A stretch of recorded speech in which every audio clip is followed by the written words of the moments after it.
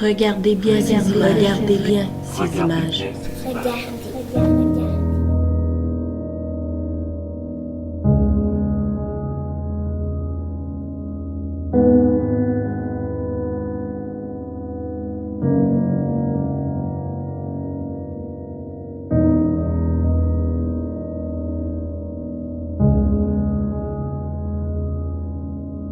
Regardez encore.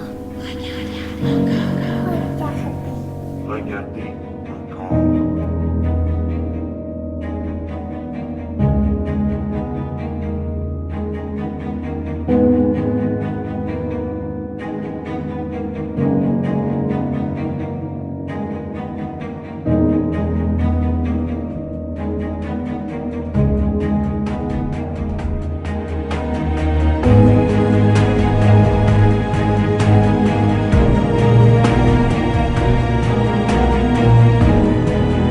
On détruit leur futur.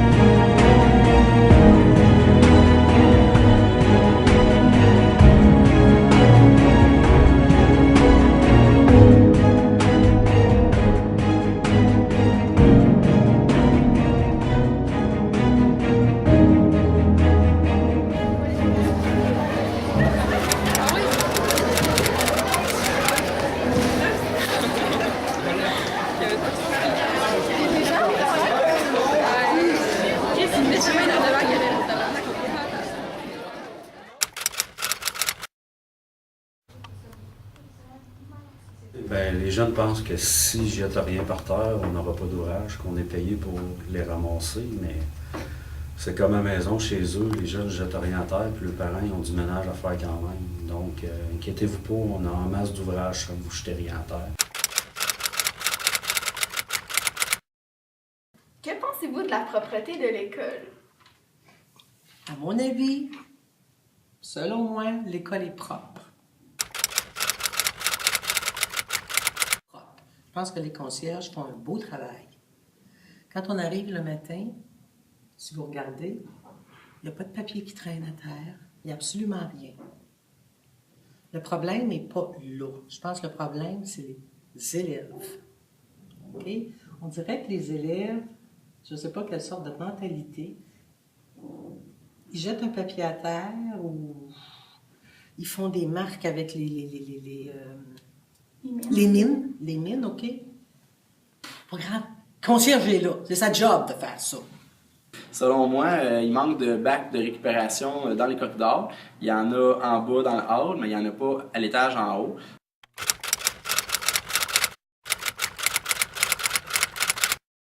Bien, déjà, le comité en vérocité fait un bon travail de sensibilisation. Je pense qu'il faut faire encore plus de sensibilisation pour les élèves. Et il y a un petit peu la responsabilité des élèves aussi à placer leurs choses dans les bons bacs. Donc, de faire peut-être plus de pas un peu pour aller au bac s'il n'y en a pas tout près d'eux et de ne pas prendre la première poubelle sur le bord.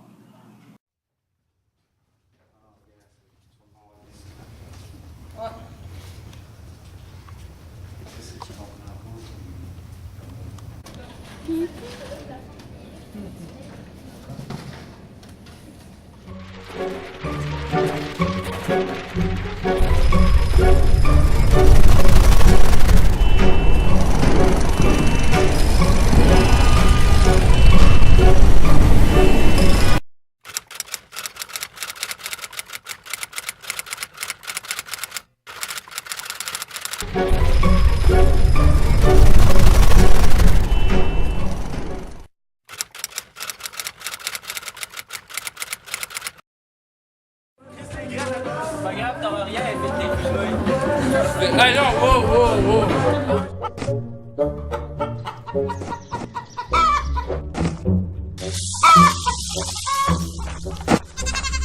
sûr que prendre le temps de décoller toutes les gommes par terre, ramasser les boîtes à boire, les jus, les yogos, les copes de lait, les copes de beurre sur le plancher et ces murs, nous occasionne beaucoup d'ouvrages. Si les jeunes utiliseraient les poubelles et le recyclage, on aurait plus de temps de nettoyer à fond, c'est-à-dire plus de temps pour une meilleure désinfection.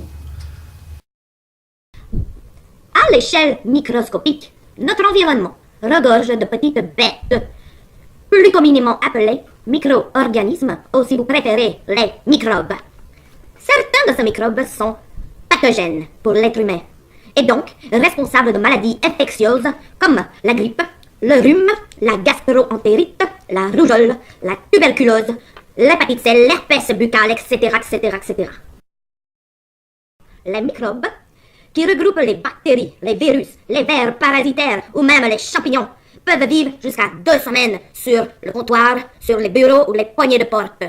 Il est donc très important de désinfecter régulièrement les nids de bactéries.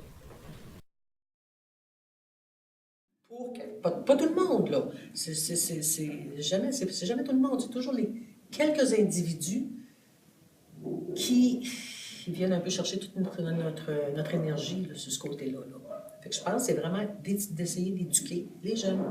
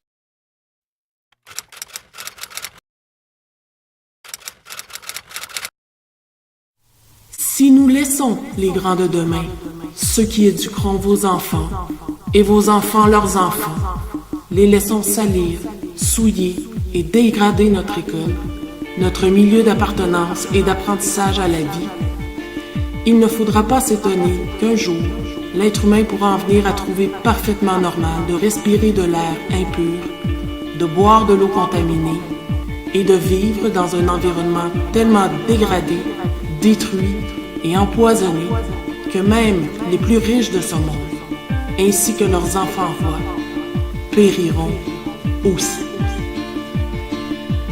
Ne reste que quelques minutes à ma vie, tout au plus quelques heures, je sens que je faiblis. Mon frère est mort hier au milieu du désert, je suis maintenant le dernier humain de la terre.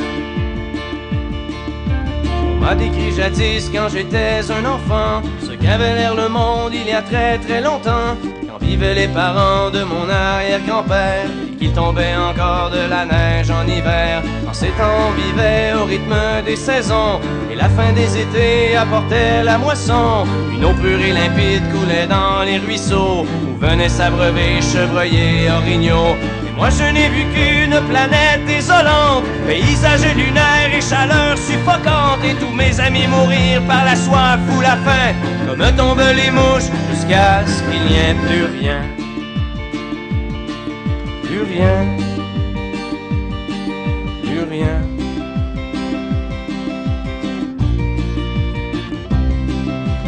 Il ne reste que quelques minutes à ma vie, au plus quelques heures, je sens que je faiblis. Mon frère est mort hier au milieu du désert, je suis maintenant le dernier humain de la terre.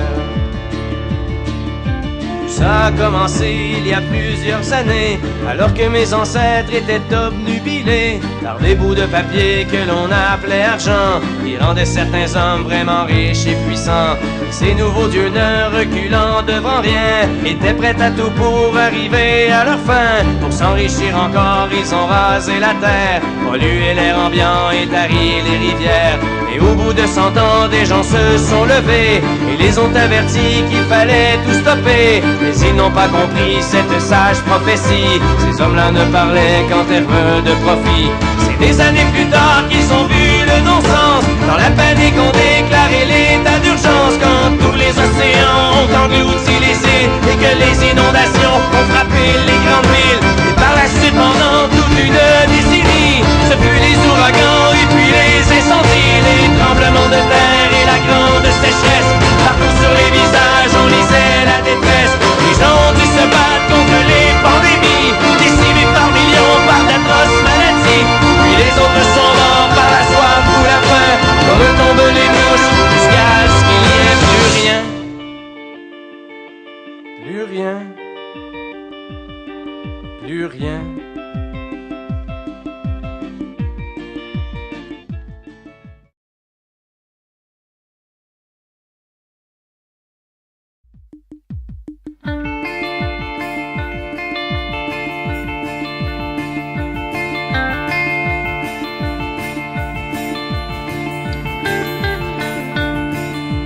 Il ne reste que quelques minutes à ma vie. Pour plus quelques heures, je sens que je faiblis. Mon frère est mort hier au milieu du désert. Je suis maintenant le dernier humain de la terre. On m'a dit que jadis, quand j'étais un enfant, ce qu'il y avait dans le monde il y a très très longtemps. Quand vivaient les parents de mon arrière-grand-père et qu'il tombait encore de la neige en hiver. En ce temps, on vivait au rythme des saisons. Et la fin des étés apportait la moisson. Une eau pure et limpide coulait dans les ruisseaux. On venait s'abreuver, chevreuiller, orignaux. Mais moi je n'ai vécu une planète désolante. Paysage lunaire et chaleur submergente. Et tous mes amis mourir par la soif ou la faim. Comme tomber les mouches jusqu'à ce qu'il n'y ait plus rien. Plus rien. Plus rien. Que pensez-vous de la propreté de l'école? Oh, tu me vois maintenant? Il ne reste que quelques Parce que chaque décès a sa place. Parce que chaque heures, je sens que je faiblis. Attends, je suis gênée. Je suis maintenant le dernier humain de la terre. Ça a commencé il y a plus de 20 ans, alors que mes ancêtres étaient obnubilés par des bouts de papier que l'on appelait argent. On rendait certains Quand je... On peut recommencer. pour de reculants. Non, Pour s'enrichir encore, ils ont et au bout de 100 ans, qu'est-ce que ramasser tous les déchets là? Oh merde. et ils ont accompli cette sage prophétie. Qu'est-ce que dans le fond, le. C'est plus tard qu'ils ont vu le non-sens dans la panique dans des Mais pourquoi il s'en va? Monsieur? on a fait les grandes villes, rasées pendant toute une décennie. Depuis quand avez-vous remarqué une hausse de déchets dans l'école?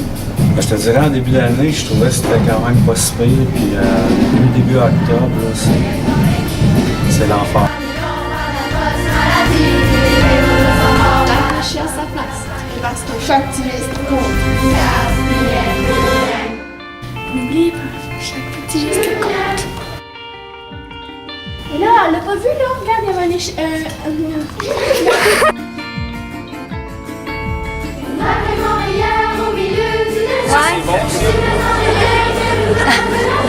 Elle est bonne. Ça semblait.